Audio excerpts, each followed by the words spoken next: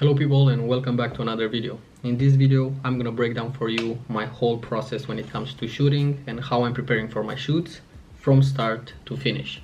So to make things even easier, I'm gonna break down my process in 4 phases. So we're gonna start with phase number 1, and that's getting it started. So step number 1 that you're gonna find in phase number 1.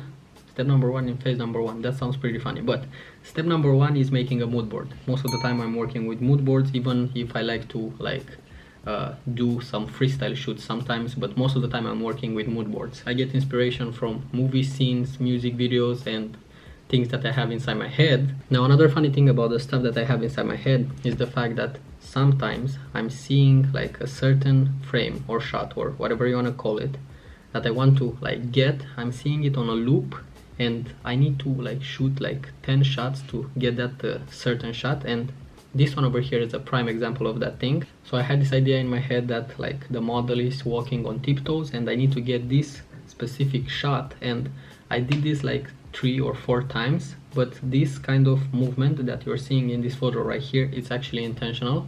So this one turned out to be exactly how I wanted.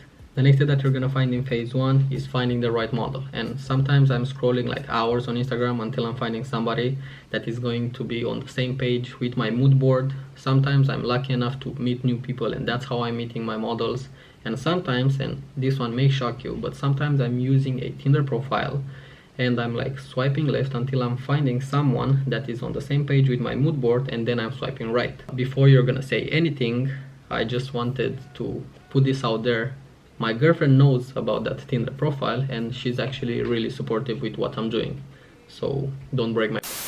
Last step of phase number 1 is discussing the details and telling the model that she needs to sign a release form, or if she is getting scared, or I don't know, she doesn't want to sign a release form, just make sure that when you're discussing with that person, just make sure that you can screenshot that part of the conversation, so you're not gonna have troubles after, because there are a lot of people that are trying to bring you down with different methods. So like I said, last step, discussing the details and talking about that release form. Now on to phase number 2. First thing present in phase number 2 is securing the location, and here we have 2 options. We have option 1, we are using the model's apartment just because she's more comfortable and she already knows that space, or most of the time, option number 2, we are going on Airbnb and we are renting out a place, and then we are going and we are doing the shoot over there. Another thing very important in phase 2 is when you're picking up your location, just make sure that your location is on the same page with your mood board, because for example, you're gonna have discrepancies in your photos. If, I don't know, let's say you want to do a very moody photo shoot, and instead of picking a very vintagey kind of location, you're gonna pick a very minimalistic type of location. So just spare some hours, maybe 2-3 hours, and find a location that is on the same page with your mood board. Next thing, number 3, yes, number 3 in phase 2 is the fact that I'm always keeping in mind how the natural light is moving, because I'm shooting only with natural light. Not that artificial light is bad or something, I just like to shoot more with natural light, and I'm using artificial light just, I don't know, maybe 15-20% max. So that's another thing that I'm keeping in mind when I'm getting that location. I want to have big windows and stuff like that, so just keep that in mind as well. Phase number 3 starts with having a good mood at the shoot, and by this I mean I need to have a good mood because I want to be 100% focused and I want to get all my shots. The model needs to have a good mood, so don't do stupid jokes, make her feel comfortable and stuff like that, and maybe sometimes drink a glass of wine or play the music that she likes. So keep that in mind, always a good mood. Then the actual shoot starts after the warm-up. So what I mean by this, some models, they need 30 minutes to have a warm-up, and then everything is starting to relax and stuff like that, and all the good shoots are coming in. Or some of them are taking even longer, 1 hour or 1 hour and something. But the actual shoot actually starts after the warm-up, after everything is relaxed, and you're gonna get all those good shots. Next thing that you're gonna do like the shoot basically. So just make sure when you're like getting started and stuff like that, and you're going over that warm-up period, just make sure that you're gonna check everything from your mood board, or if you want to try something new, just make sure that you're not gonna like put a lot of time on that kind of like shot or frame or whatever, and you're gonna miss other things that you really wanted to do. So the next thing, the actual shoot. So the shoot is almost done, the model is having a great time. I checked the mood board, I didn't miss any of the things that I wanted, any of the shots that I wanted.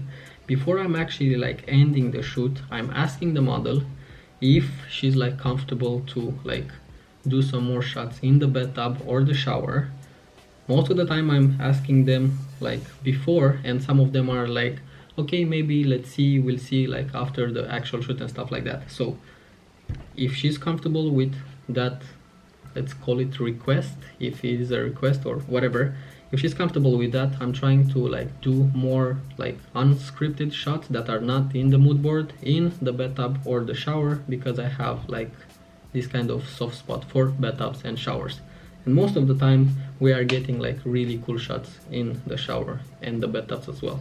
So that's another thing that is happening. And last but not least, in phase number 3, I have this thing on my Sony camera, so I can rate photos from 1 star to 5 stars. So I'm giving the camera to my model and I'm showing her what button she needs to press. So she's gonna rate like 20 photos or stuff like that, like from 1 star to 5 stars.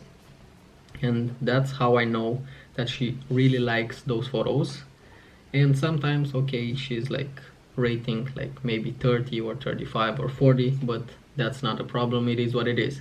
So she's kind of doing a small selection before I'm going back home and I'm doing my selection. So this is the last step in phase number 3.